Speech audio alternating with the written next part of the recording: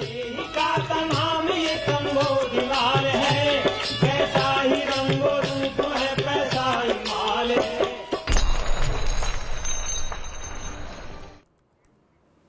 नमस्कार, मैं हूं शुभम शंकरधर। आप देख रहे हैं मनी 9। शाम के 7 बज गए और समय हो गया है मनी सेंट्रल का। मेरे साथ स्टूडियो में मनी 9 के एडिटर अंशुमान तिवारी जी जुड़ गए हैं। सर, बहुत स्वागत है आपका। अंशुमान जी से खबरों पर चर्चा शुरू की जाए, विश्लेषण शुरू किया जाए, उससे पहले देखिए आज मनी सेंट्रल में खास क्या है, कौन सी खबरें आज इस शो का हिस्सा बनी है, दिन की सबसे बड़ी खबर कौन सी है। तो शुरुआत होगी सोने की कीमतों से। रिकॉर्ड ऊंचाई पर पहुंची गोल्ड की कीमत, अब आगे क्या? रुपए में नई कमजोरी की क्या है वजह? क्यों अटक गया ओयो का आईपीओ? वोडाफोन आइडिया का अब क्या होगा? दिन की सबसे बड़ी खबर, डिजिटल इंडिया पर मंदी का साया और वित्त मंत्री के नाम आ पहुंची तीसरी चिट्ठी। आज चिट्ठी है किसान की। क्या कहता है किसान, सुनिएगा आज आप अरमानों की चिट्ठी में जो वित्त मंत्री तक पहुंचेगी। शुरुआत गोल्ड की कीमतों से। गोल्ड का भाव रिकॉर्ड ऊंचाई के करीब पहुंच गया है। बुधवार को एमसीएक्स यानी कि वायदा बाजार में सोने की कीमतें 55,975 रुपए प्रति 10 ग्राम तक पहुंच गईं, जो रिकॉर्ड ऊंचाई से अब 290 रुपए कम है। अगस्त 2020 में गोल्ड की कीमतों ने नई ऊंचाई बनाई थी। 56,265 का रिकॉर्ड हाई था। चांदी की कीमतें भी सोने के पीछे पीछे चल रही हैं। मंगलवार को चांदी का भाव 71,000 रुपए प्रति किलो तक पहुंच गया। फिलहाल भाव 17,600 के करीब है, बहुत नीचे नहीं है, 400 रुपए नीचे है। दुनिया भर में सोने और चांदी में निवेश की मांग बढ़ी है, जिस वजह से कीमतों में तेजी है। इसके अलावा घरेलू बाजार में रुपए की कमजोरी से भी सोने और चांदी की कीमतों को सहारा मिला है। डॉलर के मुकाबले रुपया जरूर फिर 23 के करीब आ गया है। इस कमजोरी की वजह भी अंशुमान जी से समझेंगे, लेकिन पहले सवाल गोल्ड पर। सर, गोल्ड की कीमतों को लेकर अब किस तरीके की परिस्थितियां बनती दिख रही हैं? शुभम, मनी सेंट्रल के संस्करण में आपका स्वागत है। आपको याद होगा कि जब हमने साल की शुरुआत की थी तब गोल्ड के आउटलुक पर चर्चा की थी और इस बात की संभावना तब से दिखाई दे रही थी कि 2023 इस चमकती हुई धातु के लिए, पीली धातु के लिए बेहतर होने वाला है। इस समय जो गोल्ड में तेजी का रुख दिख रहा है वो डेटा ड्रिवन है, जिसको कि हम बाजार की भाषा में कहते हैं, आंकड़ों से आ रहा है। और 2-3 ऐसे आंकड़े हैं जो गोल्ड की चमक को मजबूत करने में मदद कर रहे हैं। पहला आंकड़ा डॉलर की कमजोरी का है, दूसरा आंकड़ा दुनिया में मंदी की संभावनाएं बढ़ते जाने का है और तीसरा आंकड़ा स्टॉक मार्केट में गिरावट का है। और ये तीनों चीज़ें एक साथ मिलकर सोने की कीमत को भारतीय बाजार में भी और अंतर्राष्ट्रीय बाजार में भी बढ़ोतरी में मदद कर रहे हैं। अंतर्राष्ट्रीय बाजार में जो ट्रेंड हमको मिलते हैं चार्ट पर, वो 1855 तक के, 1850 1855 तक के हैं। 1843 से 1855 के बीच में 1850 का लेवल टूट चुका है और इसलिए आपको भारतीय बाजार में भी सोने की कीमतों में तेज बढ़ोतरी दिखाई दे रही है। यहाँ से अभी आने वाले कुछ महीनों तक ऐसा माना जा रहा है कि मंदी गहराने की संभावनाएं जितनी ज़्यादा बढ़ती जाएंगी, अमेरिका में स्टॉक मार्केट पर जितना दबाव दिखाई देगा, सोने की कीमतों में चमक उतनी ही बढ़ती जाएगी। जो महत्वपूर्ण ट्रिगर आपको आने वाले समय में दिखाई देगा वो ये होगा कि अमेरिका से अभी आने वाले समय में औद्योगिक उत्पादन के आंकड़े आने वाले हैं। वो आंकड़े अगर संभावनाओं के मुताबिक कमजोर हुए तो आप मानिए कि अमेरिका में मंदी के चरण पड़ने वाले हैं और उसका असर हमें सोने की कीमतों पर दिखाई देगा। भारतीय शेयर बाजार भी थोड़े नरम गरम है साल शुरुआत होने के बाद से, और इसलिए हमें सोने की कीमतों में चमक दिखाई दे रही है। सोना इस साल एक अच्छी धातु हो सकता है और हमें याद रखना जरूरी है कि सोना पिछले साल भी तमाम उतार चढ़ाव के बाद भी शेयर बाजार और बैंक एफडी से ज़्यादा रिटर्न देकर गया था। सर, डॉलर में कमजोरी है लेकिन रुपए की कमजोरी नहीं उतर रही है। ये कब कमजोरी दूर होगी? रुपया फिर 83 के करीब आ गया। रुपए के बाजार में इस बार कुछ अनोखा हुआ। कल शाम को रिजर्व बैंक ने पहली बार लंबे समय के बाद बाजार में डॉलर्स की बिकवाली की।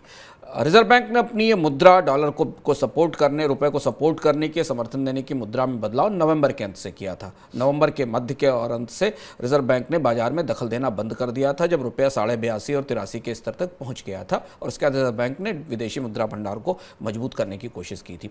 कल से बाजार में रुपए पर तेज दबाव बना है और यहाँ रुपया अंतर्राष्ट्रीय परिस्थितियों के आधार पर काम नहीं कर रहा है, क्योंकि रुपए में भीतरी कमजोरी, भारतीय अर्थव्यवस्था की भीतरी कमजोरियां रुपए को नीचे खींच रही हैं। सामान्य रूप से डॉलर इंडेक्स में कमजोरी के बाद रुपए को मजबूत होना चाहिए। डॉलर इंडेक्स में कमजोरी के कारण ही, जैसा आपको शुभम ने बताया अभी, कि रुपए की सोने की कीमतों में हमें मजबूती दिख रही, पर वही कमजोर डॉलर इंडेक्स रुपए को ताकत नहीं दे रहा है। कल माना जा रहा है कि रिजर्व बैंक ने लास्ट में 83 के लेवल से नीचे जाने के लिए रोकने के लिए रुपए को, $1 83 से आगे निकल रहा था, रिजर्व बैंक ने बाजार में बिकवाली की और उसके बाद रुपए में थोड़ी रिकवरी हमें दिखाई पड़ी और वो 88 के आसपास, 82-90 के आसपास तक आ गया है। यहाँ दो बड़े फैक्टर हैं। रुपए की कीमत भी भारतीय अर्थव्यवस्था से गाइड हो रही है। दो बड़े फैक्टर हैं जो भारतीय अर्थव्यवस्था में प्रभावित कर रहे हैं। एक तो शेयर बाजार में गिरावट और विदेशी निवेशकों की बिकवाली का नया दौर शुरू हुआ है, विदेशी निवेशकों ने बेचना शुरू किया। और दूसरा सबसे बड़ी बात ये कि भारत के विदेशी मुद्रा भंडार, भारत में विदेशी व्यापार के और चालू खाते के घाटे के जो ताजे आंकड़े आए थे, उन्होंने रुपए को लेकर अंतर्धारणा या सेंटीमेंट, आप जो भी कहें, उसे खराब किया है। और वहाँ पर व्यापार घाटा बढ़ते जाने के कारण, निर्यात में गिरावट के कारण और चालू खाते घाटे में रिकॉर्ड बढ़ोतरी, जीडीपी के 4.4% के पास पहुंचने के कारण रुपया दबाव में है। और इसलिए हमने शुरुआत में इस साल के अंत की चर्चाओं में कहा था कि रुपए को लेकर इस साल 83 से 84 या 85 के बीच के लेवल मिलेंगे। अब रिजर्व बैंक को वापस फिर रुपए की समर्थन के लिए आगे आना पड़ा है। और अगर रिजर्व बैंक दोबारा फिर बाजार में इंटरवीन करता है रुपए को 83 से ज़्यादा जो रोकने के लिए, तो फिर हमें विदेशी मुद्रा भंडार में दोबारा गिरावट का आंकड़ा मिलने लगेगा। इस बीच वायदा बाजार से एक और अपडेट ये है कि सोने की कीमतों ने अभी 56,000 का स्तर भी क्रॉस कर लिया। 56,010 गोल्ड का नया हाई है। अपने उच्चतम स्तर से सोना बस अब 1-2 कदम ही पीछे है। बाजार का नया हाई, सोने का नया हाई किसी भी समय बन सकता है। होटल एग्रीगेटर कंपनी ओयो के आईपीओ का इंतजार अब और बढ़ गया है। क्यों बढ़ गया है? क्योंकि कैपिटल मार्केट रेगुलेटर सेबी ने आईपीओ के लिए ओयो में सेबी में जो ड्राफ्ट पेपर दिया था, उसे सेबी ने वापस लौटा दिया है और नए अपडेट के साथ नए सिरे से ड्राफ्ट फाइल करने के लिए कहा है। सेबी ने 30 दिसंबर को ही ओयो का ड्राफ्ट लौटा दिया था। ओयो ने पिछले साल सितंबर में आईपीओ के लिए ड्राफ्ट दिया था, लेकिन अब नए सिरे से कंपनी को तैयारी करनी होगी, नए सिरे से ड्राफ्ट को फाइल करना होगा। सर, किस तरीके के सवाल उठ रहे हैं ओयो के आईपीओ को लेकर? शुभम, सेबी ने भी स्पष्ट नहीं किया है कि ओयो का जो ड्राफ्ट रेड हेरिंग प्रॉस्पेक्टस है जो आईपीओ लाने के लिए उसने सबमिट किया था, उसे वापस क्यों किया गया। लेकिन माना जा रहा है कि ओयो का प्रॉस्पेक्टस सेबी के पास पहुंचने से लेकर अभी तक सेबी के स्तर पर आईपीओ को लेकर, स्टार्टअप्स के वैल्यूएशन को लेकर कई सारे नियम और व्यवस्थाएं बदली हैं और शायद इसलिए सेबी ने नए सवाल उठाकर ओयो से उनका जवाब मांगा है। ओयो भी उन स्टार्टअप्स की जमात में है जिन्हें भारी घाटा हो रहा है। हालांकि साल के अंत में ओयो की तरफ से कुछ अच्छी खबरों की सूचना आई थी कि बुकिंग्स में रिकॉर्ड बढ़ोतरी हुई है, होटल्स की बुकिंग अच्छी रही ओयो के लिए। लेकिन इसके बाद भी ओयो स्टार्टअप घाटे वाला स्टार्टअप है। सेबी शायद अपने नए आईपीओ नियमों के तहत जो उसने स्टार्टअप के लिए तय किए हैं, उसके तहत ओयो को अपने वैल्यूएशन और अपने कामकाज की गणना बदलने के लिए कह रही। ओयो का इसका रेड हेरिंग प्रॉस्पेक्टस भारत में आने वाले 2-3 महीनों में जब भी वापस आएगा तो सबसे महत्वपूर्ण दस्तावेज होने वाला है, क्योंकि इसमें क्या हमें Zomato, Nykaa, Paytm, car trade, ये पॉलिसी बाजार, इनके सबके जो आईपीओज हैं उनकी नसीहतें दिखाई देंगी। क्या ओयो अपने वैल्यूएशन का तरीका बदलेगा? किस तरह से शेयर बाजार में ओयो का आईपीओ आएगा, या ओयो वापस आईपीओ लेकर आएगा भी कि नहीं आएगा बाजार में इस मौजूदा परिस्थिति में, ये हमें उस वक्त पता चलेगा। कंपनी लॉ ट्रिब्यूनल यानी एनक्लेट ने कंपटीशन कमीशन यानी सीसीआई की तरफ से गूगल पर लगाए गए 1337 करोड़ रुपए के जुर्माने पर अंतरिम राहत देने से मना कर दिया और गूगल को कहा है कि वह अपने जुर्माने की 10% राशि जमा कराए। जुर्माने के खिलाफ गूगल ने एनक्लेट में याचिका दाखिल की थी। याचिका पर सुनवाई करते हुए एनक्लेट ने सीसीआई को नोटिस भी जारी किया है। सर, गूगल ने किस बिना पर यह अपील की थी? गूगल ने बड़ा दिलचस्प तर्क दिया एनसीएलटी के सामने, एनक्लेट के सामने, अपने सीसीआई के ऑर्डर को चैलेंज करते हुए। और उस ऑर्डर में ये अपनी अपील में एनक्लेट ने कहा कि भारत के कंपटीशन कमीशन ने यूरोप के कंपटीशन अथॉरिटी के ऑर्डर को word by word copy paste किया है। यानी जिस तरीके का फैसला यूरोप के कंपटीशन रेगुलेटर ने दिया था, लगभग वैसा ही फैसला, हूबहू वैसा ही फैसला भारत के कंपटीशन रेगुलेटर ने दिया है। ये गूगल का आरोप था इस फैसले के ऊपर। इस आरोप को लगाने के पीछे गूगल के वकीलों का तर्क था कि भारत की परिस्थितियां दूसरी हैं, यूरोप की परिस्थितियां दूसरी हैं, भारत के बाजार में ठीक उसी तरीके का फैसला लागू नहीं हो सकता। गूगल की कोशिश ये थी कि नेशनल कंपनी लॉ ट्रिब्यूनल के पास जाकर वो जो पेनल्टी की वसूली है, जो गूगल पर पेनल्टी लगाई है सीसीआई ने, उसे रोक सके, जो 2 चरणों में 1300 और 900 करोड़ रुपए में लगी है। लेकिन एनसीएलटी ने याचिका तो सुनवाई के लिए स्वीकार की है, जिस पर दोबारा सुनवाई फरवरी में होगी, लेकिन इससे पहले गूगल को जुर्माने की 10% राशि अदा करने के लिए कहा है।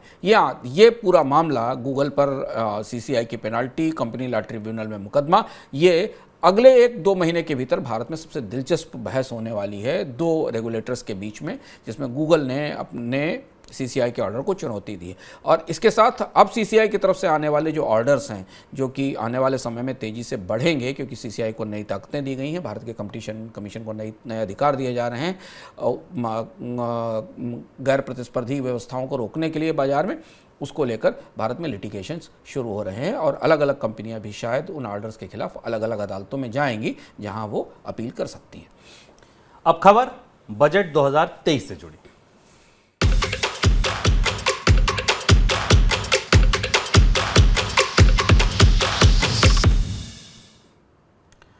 इस बार के बजट में केंद्र की तरफ से फूड और फर्टिलाइजर सब्सिडी में बड़ी कटौती की जा सकती है। रिपोर्ट की माने तो वित्त वर्ष 23-24 के लिए बजट में फूड और फर्टिलाइजर सब्सिडी का आकार 3.7 लाख करोड़ रुपए रह सकता है, जो वित्त वर्ष 2022-23 के मुकाबले 26% कम होगा। पिछले 2 बजट में कोरोना को ध्यान में रखते हुए सरकार को सब्सिडी का दायरा बढ़ाना पड़ा था, लेकिन इस बार कोरोना का असर खत्म हो गया है। ऐसे में सरकार के पास सब्सिडी में कटौती का मौका है। सर, कैसे कम किया जाएगा सब्सिडी का ये बोझ? अब 2 महत्वपूर्ण सब्सिडी मद हैं, फूड सब्सिडी और फर्टिलाइजर की सब्सिडी। फूड सब्सिडी में जो कि राशन प्रणाली पर के तहत दी जाती है, सस्ते अनाज पर दी जाती है, उस पर तो सरकार ने दिसंबर में अपना फैसला बदलकर पूरी स्कीम को नए सिरे से बदल दिया था। याद दिलाने के लिए हम बता दें कि सरकार ने जो भारत की खाद्य सुरक्षा स्कीम थी उसमें बदलाव किए थे। जो गरीब कल्याण योजना के तहत मुफ्त अनाज दी जाने वाली स्कीम थी उसको बंद कर दिया था, और जितना अनाज खाद्य सुरक्षा योजना के तहत मिलता था उसको मुफ्त कर दिया था। और इस तरह से सरकार ने करीब 25,000 करोड़ रुपए के आसपास की सब्सिडी इसी साल बचाने की तैयारी की थी। तो फूड सब्सिडी का बिल मुफ्त अनाज की स्कीम को सीमित करने, मतलब थोड़ा अनाज देने पर मुफ्त देने की तरफ बढ़ने के कारण फूड सब्सिडी के बिल में तो अगले साल निर्णायक कमी होने की संभावना है, अगर कोई आपात परिस्थिति नहीं आती। तो वहां तो मामला लगभग स्पष्ट दिख रहा है। जो आंकड़ा हमारे पास आ रहा है कि 3.7 लाख करोड़ रुपए के आसपास की सब्सिडी का बिल होगा, जो 26% कम होगा, उसमें फूड का मामला तो लगभग स्पष्ट सा दिख रहा है अगले वित्त वर्ष के लिए।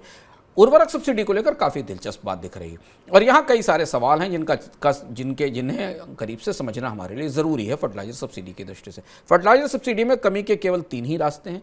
रास्ता नंबर 1, दुनिया के बाजार में कच्चे माल की कीमतें कम हो जाएं, जिसकी संभावना अभी फिलहाल नहीं दिखाई देती। जो हमें प्रमुख कच्चे माल हैं उर्वरक के, उनकी सबकी कीमतों में बढ़ोतरी का ट्रेंड दिख रहा है, क्योंकि उनकी सप्लाई में कोई बड़ी कमी नहीं होने वाली है।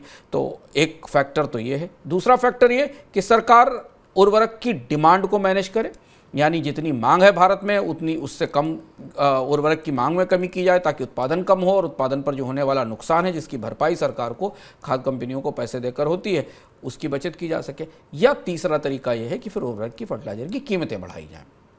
इन तीनों के अलावा फिलहाल अभी फर्टिलाइजर की सब्सिडी कम करने का कोई फार्मूला बजट में नहीं दिखता, और इसलिए बजट पर हमारी निगाहें रहेंगी, क्योंकि जो आंकड़े में मिल रहे हैं उस हिसाब से सरकारें मान रही, जो संकेत मिल रहे हैं कि फर्टिलाइजर सब्सिडी में के बिल में 1.4 लाख करोड़ रुपए के आसपास की कमी की जाएगी। ये कमी तभी हो सकती है जब या तो कच्चे माल की कीमतों में जबरदस्त मंदी आए, जबरदस्त गिरावट आए, या भारत में उर्वरक की मांग में कमी हो, या फिर उर्वरक की कीमतें बढ़ाई जाए। शायद सरकार डिमांड मैनेज करने की कोशिश करेगी, इस बात के संकेत मिल रहे हैं, लेकिन कहना मुश्किल है उर्वरक की कीमतों का क्या होगा, चुनाव के वर्ष में क्या भारत में खाद की कीमतें बढ़ेंगी, महंगी होंगी, ये सारे फैक्टर हमें बजट के साथ पता चलेंगे। इसलिए फर्टिलाइजर एक महत्वपूर्ण प्राइस और कृषि क्षेत्र का एक महत्वपूर्ण कच्चा माल है, जिसकी कीमतों पर अगले साल काफ़ी नज़र रहेगी।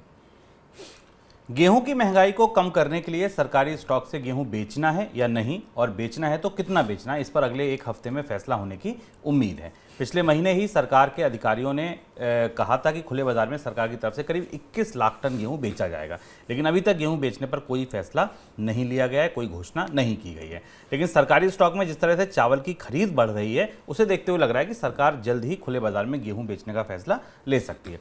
इस साल 1 जनवरी तक सरकारी एजेंसियों ने किसानों से जितना धान खरीदा है, उससे करीब 356 लाख टन चावल निकल जाएगा, ये उम्मीद लगाई जा रही है, जो पिछले साल इस दौरान हुई खरीद के मुकाबले करीब 11% ज़्यादा है। तो अब अगर गोदाम में चावल का स्टॉक ठीक ठाक है, तो शायद ये फैसला लिया जा सके कि सरकार गेहूं खुले बाजार में बेच दे। सर, इस फैसले को लेकर इतनी दुविधा क्यों है? काफ़ी लंबे समय से खबरें आ रही हैं कि बेचा जाए ना बेचा जाए, इतनी दुविधा में सरकार क्यों है? अभी तक ये स्पष्ट नहीं है। अगर ये सारे फैसले जिनका जिक्र हम कर रहे हैं ओपन मार्केट में, खुले बाजार में सरकार तभी गेहूं या चावल बेचती है, खासतौर से गेहूं बेचती है जब गेहूं की कीमतों में बढ़ोतरी हो, महंगाई हो और उसमें कमी की जा सके। गेहूं की कीमतें तो लगातार बढ़ रही हैं, और महंगाई की गाड़ी या महंगाई का असर नियंत्रण करने का समय तो काफ़ी आगे निकल चुका है। खाद्य फूड इन्फ्लेशन लगातार बढ़ रही, तो अगर सरकार को दखल देना था तो उसको पहले बाजार में देना चाहिए था। दुविधा शायद ये दिखाई दे रही है कि चावल का अंतिम स्टॉक क्लियर हो जाए और पता चल जाए कि खरीफ की फसल से चावल की कितनी मांग पूरी होनी है और कितनी आपूर्ति हो जानी है। लेकिन यहाँ बड़ी समस्या शुभम ये है कि दोनों प्रमुख अनाज अपने क्रॉपिंग सीजन में महंगाई पर चले गए। जिस समय फसल आवक होती है उस समय आमतौर पर कीमतें नहीं बढ़ती। हमने कल ही परसों में अपने मनी सेंट्रल में डिस्कस किया था इस बात को कि चावल की कीमतें भी भारत में बढ़ रही हैं और गेहूं की कीमतें तो पहले से ऊपर हैं पिछले रबी सीजन से लेकर। तो क्या बाजार में दखल देकर भी सरकार कीमतों को कम कर पाएगी, या गेहूँ की कीमतें कम करने के लिए हमें अगले रबी के मौसम की आवक का या इंतजार करना होगा? शायद ये दुविधा है जिसमें दुविधा में सरकार फंसी हुई है। बहरहाल ये साल अगर आप अनाज की कीमतों की दृष्टि से देखें तो उपभोक्ताओं के लिए बिल्कुल अच्छा नहीं रहा है। अनाज की कीमतें काफ़ी ऊंची रही हैं। किसानों की आय पर इसका कितना असर पड़ा है, इसको लेकर थोड़ा मतभेद है, क्योंकि ग्रामीण इलाके में अभी आय बढ़ने के संकेत नहीं मिल रहे हैं। सरकार अगर खाद्य उत्पादों की या खाने पीने की महंगाई को कम करना चाहेगी बजट से पहले, तो वो शायद अगले कुछ दिनों में कीमतों में कमी के लिए दखल कर सकती है बाजार में। शेयर बाजार में लिस्ट सरकारी कंपनियों को न्यूनतम पब्लिक शेयर होल्डिंग नियमों से छूट मिली रह सकती है और ये छूट उन कंपनियों के लिए भी बनी रह सकती है जिन्हें सरकार बेचने जा रही है।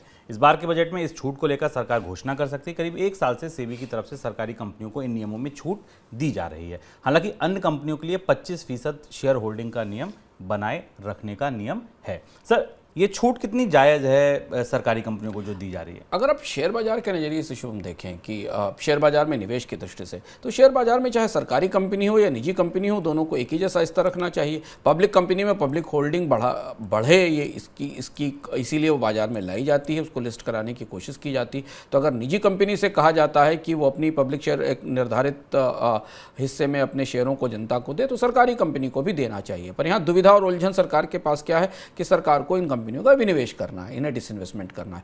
डिसइन्वेस्टमेंट करने का, और सरकार, इन कंपनियों में सरकार की बहुत सारी हिस्सेदारी है। 5 से 6%, 10% हिस्सेदारी बेचने की कोशिश की जाती है और उसके बाद सेबी का ये नियम आ जाता है जिसमें कंपनियों को अपनी कम से कम 25% हिस्सेदारी बाजार में आम लोगों को देनी होती है। तो नया निवेशक आने के बाद ये शर्त लेकर आता है कि उसे इसकी होल्डिंग कम नहीं करने दी जाएगी, तब तक बनी रहेगी। और उसी वजह से सरकार अपने ही बनाए हुए नियम को, जो सेबी ने बनाया, उसे पब्लिक सेक्टर कंपनियों के लिए अलग कर रही है और एक किस्म का अपवाद स्थापित कर रही है। यानी शेयर बाजार में एक ही काम करने वाली 2 कंपनियां अगर सरकारी और निजी हैं तो उन्हें शेयर बाजार के नियमों में अलग अलग तरह से डील किया जाएगा और सरकारी कंपनियों को एक प्रिविलेज मिलेगा। ये कोशिश की जा रही है, लेकिन शायद ऐसा संकेत है कि ये सुविधा एक निर्धारित समय तक ही इन कंपनियों को दी जाएगी। सर, इस फैसले का असर आईडीबीआई की बिक्री पर भी पड़ेगा? मूल रूप से ट्रिगर आईडीबीआई की बिक्री ही है, क्योंकि आईडीबीआई को बेचने की कोशिश पिछले 1 साल से चल रही है। एलआईसी के आईपीओ आने के साथ ही आईडीबीआई को बेचने की कोशिश शुरू हो गई थी, क्योंकि एलआईसी की हिस्सेदारी आईडीबीआई में। सरकार की कोशिश ये थी कि आईडीबीआई से किसी तरह से उसे बेचने में सफलता मिले, और वो सफलता अभी नहीं मिल पा रही है। उसमें हर संभव कोशिश में एक कोशिश ये भी शामिल है कि अगर आईडीबीआई को कोई निवेशक खरीदता है तो उसे सेबी की शर्त का पालन नहीं करना होगा कि उसको शेयर बाजार में ज़्यादा पूंजी देनी होगी। तो इसके बाद भी आईडीबीआई को ग्राहक मिलेंगे कि नहीं मिलेंगे ये कहना मुश्किल है, क्योंकि ये इस साल का सबसे महत्वपूर्ण विनिवेश होने वाला था और साल का वित्त वर्ष का अंत लगभग करीब है और अभी तक इसका विनिवेश नहीं हो पाया। आईडीबीआई बैंक में एलआईसी की हिस्सेदारी करीब 49.24% है और सरकार की हिस्सेदारी 45.48% है। कर्ज में फंसी टेलीकॉम कंपनी वोडाफोन आइडिया में सरकार तब तक हिस्सेदारी लेने के लिए डील नहीं कर सकती जब तक कंपनी के प्रमोटर की तरफ से कंपनी में ज़रूरत लायक पूंजी नहीं डाली जाएगी, पैसा नहीं लगाया जाएगा। इकोनॉमिक्स टाइम्स में सरकारी अधिकारियों के हवाले से ये रिपोर्ट दी गई है। रिपोर्ट में कहा गया है कि कंपनी के प्रमोटर यानी वोडाफोन और आदित्य बिरला ग्रुप ने कामकाज चलाने के लिए 2 से 3 हज़ार करोड़ रुपए देने की मंजूरी दी है, जो काफ़ी कम है। सर, क्या होगा वोडाफोन आइडिया का? कॉर्पोरेट दृष्टि से, टेलीकॉम की दृष्टि से आज की सबसे बड़ी खबरों में ये सबसे महत्वपूर्ण खबर है हमारे लिए भारत के टेलीकॉम बाजार की दृष्टि से। वोडाफोन आइडिया गहरी मुश्किल में फंसती दिखाई दे रही है।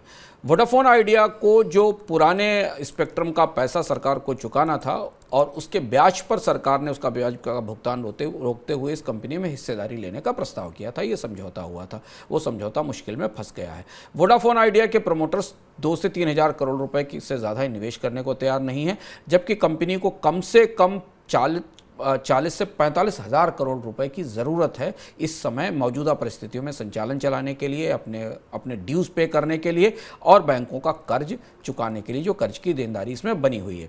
अब इस परिस्थिति में सरकार ने जब ये देख लिया है कि वोडाफोन आइडिया के प्रमोटर्स उतनी पूंजी लगाने को तैयार नहीं है, तो सरकार भी अपना पैर पीछे खींच रही है। और ये पैर पीछे खींचने के कारण वोडाफोन आइडिया गहरी मुश्किल में दिखाई दे रही है, क्योंकि कंपनी वैसे ही बाजार में काफ़ी पिछड़ी हुई है 5G को लेकर भी और बाकी दूरसंचार सेवाओं को लेकर भी। अब दिन की सबसे बड़ी खबर,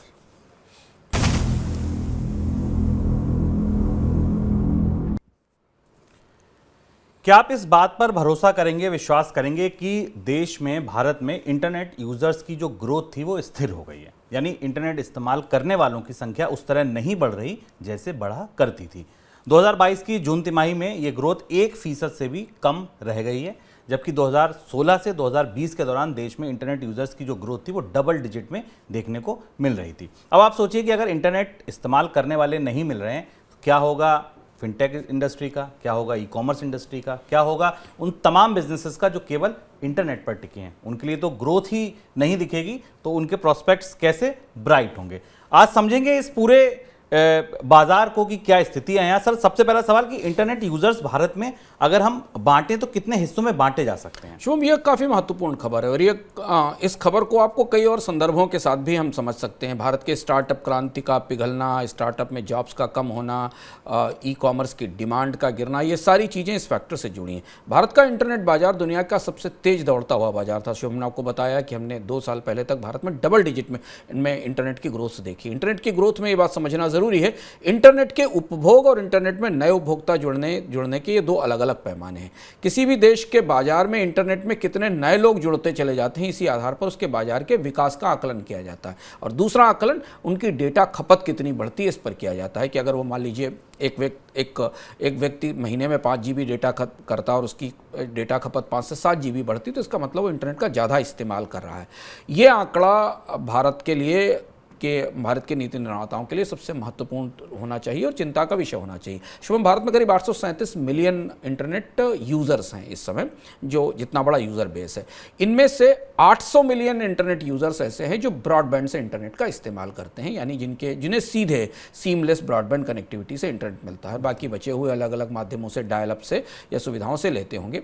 उनमें से भी 600 से 630 मिलियन इंटरनेट इस्तेमाल करने वाले यूज़र, यानी 80% लोग स्मार्टफोन से इंटरनेट इस्तेमाल करते हैं। यानी भारत का इंटरनेट बाजार प्रिडोमिनेंटली पूरी तरह से मोबाइल इंटरनेट का बाजार है। ये डेस्कटॉप इंटरनेट का बाजार नहीं है, पूरी तरह से मोबाइल इंटरनेट का इस्तेमाल करने वाले लोग हैं। इसके अलावा जो बचे हुए लोग हैं वो दरअसल कॉर्पोरेट लोग हैं, या जो कंपनियों में, जैसे हम लोग इस ऑफिस में बैठे हुए इंटरनेट का इस्तेमाल कर रहे हैं, तो हम जिस इंटरनेट सिस्टम का इस्तेमाल कर रहे हैं वो दूसरे माध्यम से आता है। पर भारत का अधिकांश इंटरनेट बाजार एक डिवाइस पर केंद्रित है और वो डिवाइस है स्मार्टफोन। भारत में अधिकांश इंटरनेट का इस्तेमाल स्मार्टफोन से होता है और यहाँ पर हमें नए इंटरनेट सब्सक्राइबर्स जुड़ते दिखाई नहीं दे रहे हैं। सर, इसकी वजह क्या है? इंटरनेट बाजार में ये मंदी जो दिख रही है, इसकी बड़ी वजह क्या है? 2-3 वजह। महंगाई कैसे असर करती है और महंगाई कैसे भारत की डिजिटल ग्रोथ को प्रभावित कर रही है, उसका इससे अच्छा उदाहरण हमारे सामने नहीं हो सकता। इसकी सबसे बड़ी वजह है स्मार्टफोन न बिकना, स्मार्टफोन की महंगाई ना होना। यदि आप मनी सेंट्रल के नियमित दर्शक हैं तो पिछले पूरे साल हमने आपको बार बार बताया था कि स्मार्टफोन्स की बिक्री घट रही है, भारत में स्मार्टफोन महंगे हो रहे हैं, स्मार्टफोन की शॉर्टेजेस हैं, उनके शिपमेंट घट रहे हैं। अंततः वो आकर उसका असर यहाँ आकर दिखाई दिया। भारत में एक एंट्री लेवल स्मार्टफोन का जो बायर था वो बाजार से बाहर चला गया। आमतौर पर कोविड से पहले तक 8 से 10 हज़ार के बीच में ठीक ठाक स्मार्टफोन आ जाता था। आज उस स्मार्टफोन की रेंज 16 से 20 हज़ार रुपये के आसपास हो गई। यानी जो लोग फीचर फ़ोन से स्मार्टफोन की तरफ स्विच करना चाहते थे, क्योंकि वही पहला दरवाज़ा है जहां से वो इंटरनेट का इस्तेमाल करना शुरू कर सकते हैं, चाहे वो अपने मनोरंजन के लिए करें, चाहे वित्तीय सेवाओं के लिए करें, चाहे वो कम्युनिकेशन या संवाद के लिए करें। स्मार्टफोन महंगे होने के कारण भारत में इंटरनेट के उपभोक्ताओं के बढ़ने की रफ्तार पूरी तरह टूट गई, क्योंकि बहुत सारे नए लोग ग्रामीण इलाकों से शहरी इलाकों से जो स्मार्टफोन ले रहे थे, उन्होंने उनकी रेंज से स्मार्टफोन बाहर चला गया। सबसे बड़ा असर हमें कोविड के दौरान दिखाई पड़ा। कोविड के दौरान लोगों की आय टूटी, इनकम टूटी, कमाई टूटी। तो एक घर में अगर स्मार्टफोन रखने वाले 3 या 4 लोग थे तो उसमें 1 ही 2 लोग रह गए, और जो नए लोग स्मार्टफोन बाजार में आने वाले थे वो नहीं आ पाए।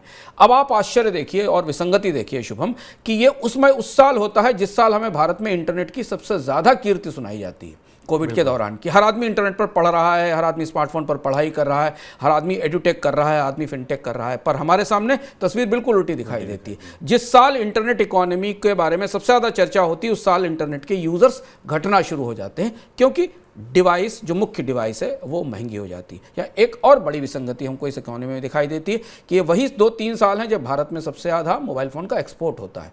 भारत में PLI प्राप्त करने वाली है, सरकार के बजट से मोबाइल फ़ोन बनाने वाली कंपनियां आती हैं।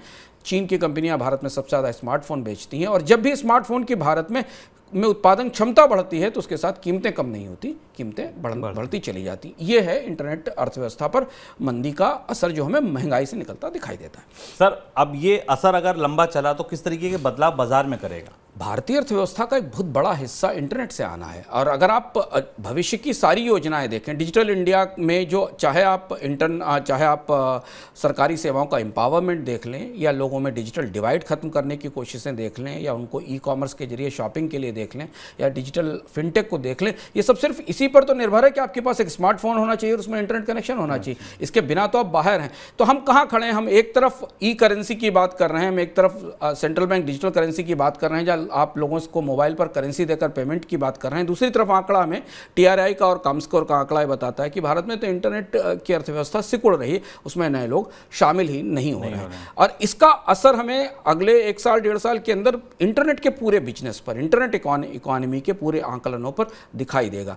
इसलिए अगर आपको स्टार्टअप कंपनियों के घाटे बढ़ते दिखाई दे रहे हैं, इसलिए अगर आपको दिख रहा है कि स्टार्टअप में मेल्टडाउन हो रहा है, इसलिए दिख रहा है कि बायजूस अपने घाटे छुपाती रही साल भर, इसलिए आपको दिखता है कि अगर स्विगी या मीशो जैसी कंपनियां घाटे में हैं, तो उसकी जड़ यहीं कहीं छिपी हुई है कि जिन ग्राहकों को वो बाजार में लाना चाहते थे और जिनके स्मार्टफोन से वो ऑर्डर या सेवाएं लेना चाहते थे, वो तो स्मार्टफोन खरीद ही नहीं पा रहे हैं। उनके पास स्मार्टफोन खरीदने की क्षमताएं नहीं। तो जब तक स्मार्टफोन सस्ते नहीं होंगे, तब तक डिजिटल इंडिया के जो अगले चरण हैं, जिनके ऊपर आप भारत को एक डिजिटल इकोनॉमी या डिजिटल एम्पावर्ड इकोनॉमी बनाने की बात करते हैं, वो पूरा नहीं हो पाएगा।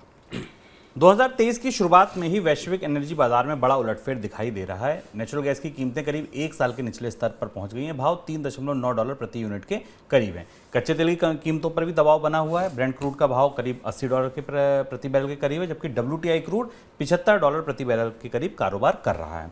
अंतर्राष्ट्रीय मुद्रा कोष ने 2023 के दौरान वैश्विक अर्थव्यवस्था में सुस्ती और दुनिया के 1/3 देशों में मंदी के आशंका जताई है, जिस वजह से कच्चे तेल और नेचुरल गैस की कीमतों पर दबाव बना हुआ है।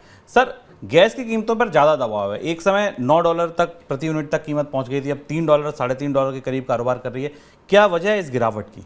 यूरोप के बाजार में जो बेयर्स हैं, उनको बहुत समय के बाद मौसम की मदद मिली है। यूरोप में अपेक्षाकृत अच्छे और वार्म वेदर की संभावनाएं जाहिर की हैं मौसम एजेंसियों ने, और उसके बाद गैस की मांग में कमी आई है, जिसका असर हमें यूरोप के बाजार में गैस की कीमतों पर दिखाई दिया। दूसरी चीज़ ये कि पिछले 1 साल गैस के दबाव के कारण, गैस की किल्लत के कारण, रूस की तरफ से गैस की आपूर्ति बंद होने के कारण, जैसा हमने पहले भी डिस्कस किया था कि यूरोप के देशों ने LNG की बड़ी सप्लाई अपने लिए अरेंज की थी, और अब इस पूरे यूरोपियन रीजन में LNG की सप्लाई भी नॉर्मल हो गई है, LNG के टर्मिनल्स भी तैयार हैं और उनके पास रिजर्व्स भी मौजूद हैं। इन दोनों चीज़ों ने गैस की मांग में और गैस की कीमतों पर दबाव बनाया है, खासतौर से यूरोप के बाजार में, जो कि गैस का सबसे बड़ा उपभोक्ता है।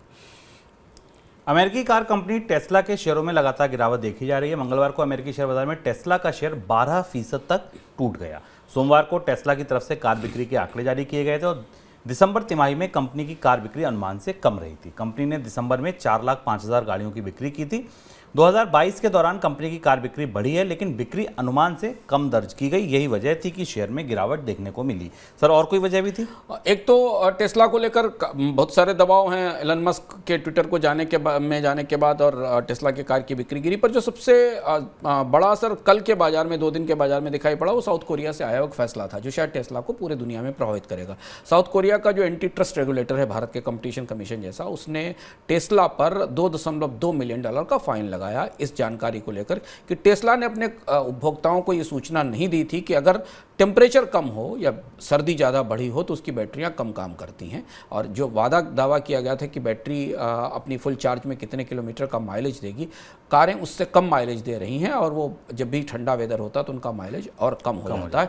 इस बात पर टेस्ला पर $2.2 मिलियन का जुर्माना लगाया गया कोरिया के फेयर ट्रेड कमीशन ने। और ये खबर पूरी दुनिया में टेस्ला के ग्राहकों को थोड़ा सा चौंकाने वाली और चिंता करने वाली है, क्योंकि टेस्ला दुनिया के अलग अलग वेदर कंडीशंस में बिकती है और इसका असर हमें टेस्ला के स्टॉक्स पर दिखाई पड़ा। टेस्ला का स्टॉक पिछले साल ही करीब 70% से ज़्यादा टूट चुका है।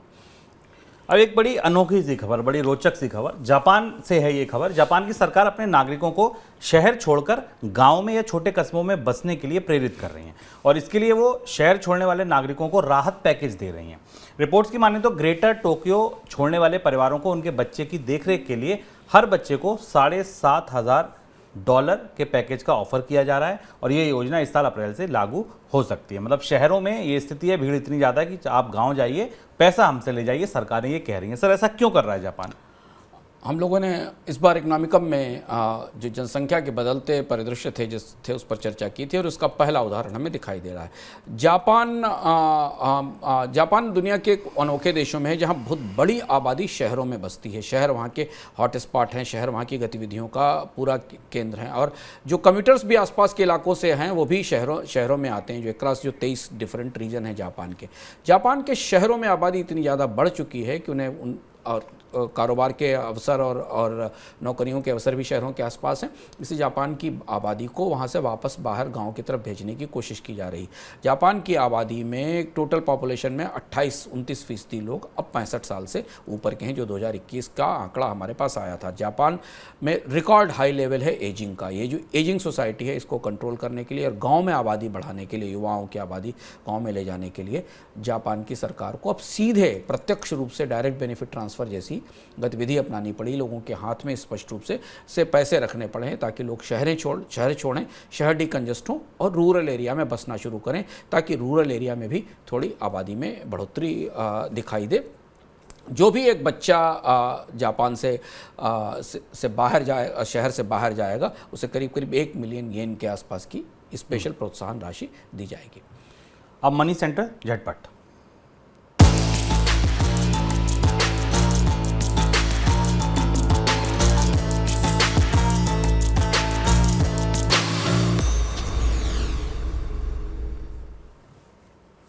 दिवालिया प्रक्रिया से गुजर रही रिलायंस कैपिटल को खरीदने के लिए हिंदुजा ग्रुप की दूसरी बोली पर फिलहाल विचार नहीं होगा। नेशनल कंपनी लॉ ट्रिब्यूनल ने लेनदारों की समिति से अगली सुनवाई तक हिंदुजा ग्रुप के ऑफर पर विचार करने को मना कर दिया है। ये टोरेंट समूह के लिए अंतरिम राहत के तौर पर देखा जा रहा है। हिंदुजा ग्रुप ने ई ऑक्शन की अवधि समाप्त होने के बाद बोली बढ़ाई थी।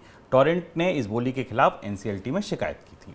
अगली खबर चीन से आयात होने वाले प्रिंटेड सर्किट बोर्ड के इंपोर्ट पर एंटी डंपिंग मामले के तहत जांच होगी। जांच के लिए पिछले हफ्ते विदेश व्यापार महानिदेशालय की तरफ से आदेश जारी किया गया है। भारत में प्रिंटेड सर्किट बोर्ड बनाने वाली कंपनियों के संगठन ने चीन और हांगकांग की तरफ से डंपिंग का आरोप लगाया था, जिसके बाद ये जांच हो रही है। सर, कोई टिप्पणी आपकी दोनों खबरों में से किसी पर? प्रिंटेड सर्किट बोर्ड चीन से आने वाला जो सामान आया था उसमें सबसे बड़ा हिस्सा रखते हैं। पिछले साल का आंकड़ा मैं चेक कर रहा था, अप्रैल से अक्टूबर के बीच में शुभम भारत में $478 मिलियन के प्रिंटेड सर्किट बोर्ड चीन और हांगकांग से आयात हुए। प्रिंटेड सर्किट बोर्ड वो डिवाइस है जिसका इस्तेमाल हर तरीके के इलेक्ट्रॉनिक उत्पाद में होता है, चाहे वो मोबाइल हो या आपका वॉशिंग मशीन हो या कारें हो, सब जगह इस्तेमाल होता है। इसमें से करीब 36% के आसपास आयात होता है चीन से और 29% हांगकांग के जरिए होता है, जो भी चीन का उत्पाद है।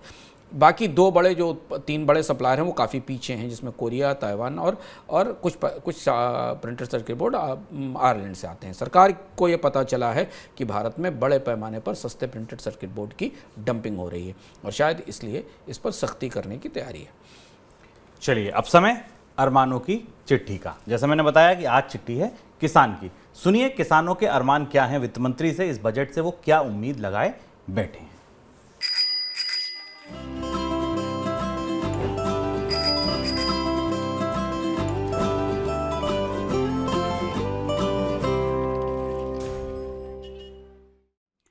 नमस्कार। वित्त मंत्री के नाम अरमानों की चिट्ठियों में देखते हैं आज चिट्ठी किसकी है।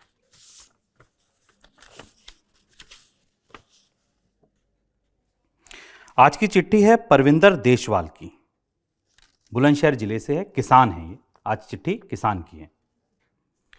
निर्मला बहन, राम राम। मैं परविंदर देशवाल हूं। बुलंदशहर जिले के बाद गांव का किसान हूं मैं अपने खेत की मेड़ पर बैठकर सुनीता से चिट्ठी लिखवा रहा हूं। सुनीता मेरी बिटिया है, 10वीं में पढ़ती है। निर्मला बहन, आज मन बहुत भारी है। लंपी बीमारी ने मुझसे मेरी गाय छीन ली। पूरे परिवार की लाडली थी गाय श्यामा। शाम को इसी मेड़ पर बैठकर मेरे साथ घर जाने का इंतजार करती थी।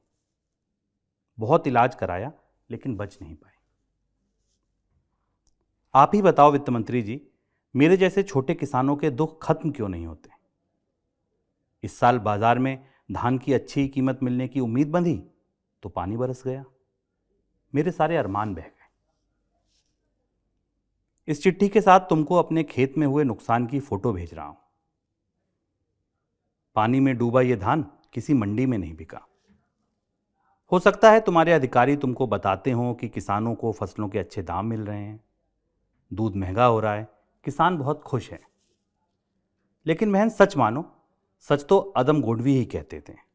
तुम्हारी फाइलों में गांव का मौसम गुलाबी है, मगर ये आंकड़े झूठे हैं, ये दावा किताबी है। खैर, अभी मेरे खेत में गेहूं की बुआई बस पूरी हुई है। बाजार में इस साल भी खाद की किल्लत है। तुम लाखों करोड़ों की सब्सिडी की दुहाई देती हो और मैं अब भी कीमत से ज्यादा पैसा देकर खाद खरीदता हूं। क्या इतनी बड़ी सरकार इस कालाबाजारी को नहीं रोक सकती? दवा महंगी, खाद महंगी, डीजल महंगा, लेकिन फिर खेत तैयार कर रहा हूं। खून पसीना एक करने के बाद भी हाथ में पैसा आएगा, इसकी कोई गारंटी नहीं। निर्मला बहन, अगर आप ये चिट्ठी पढ़ रही होगी तो सोच रही होगी कि फसल बीमा के बारे में शायद मुझे पता नहीं है। पता है बहन, लेकिन नुकसान के बाद कागजों से फाइल का पेट भरना आसान नहीं है। कागज पर लिखे नियम किसान के नुकसान को समझ ही नहीं पाते। चलो, बीमा तो अभी जल्दी आया, अभी की बात है। किसान क्रेडिट कार्ड तो सालों से चल रहे हैं। आज भी मेरे जैसे किसान केसीसी पलटवाने के लिए पैसा भी देते और बैंक कर्मचारियों की फटकार भी सुनते हैं। बड़ी बेइज्जती होती है बैंक जाकर। किसान सम्मान निधि तो बहुत ज्यादा कभी थी ही नहीं। अब महंगाई की आंच में तो ये गर्म तवे पर पानी का छींटा है। निर्मला बहन, क्या आपका बजट हमारी खेती की लागत को कुछ कम नहीं कर सकता? क्या महंगाई के हिसाब से हमारी फसलों की कीमत नहीं बढ़ सकती? बहन, यकीन मानो, उम्मीद उसी से होती है जो कुछ कर सकता है। मेरी बिटिया सुनीता भी कह रही है, निर्मला बहन जरूर कुछ करेंगी। ना उम्मीद ना करना सरकार, तुम्हें मेरे अरमानों की दुआई। तुम्हारा भाई परविंदर देशवाल।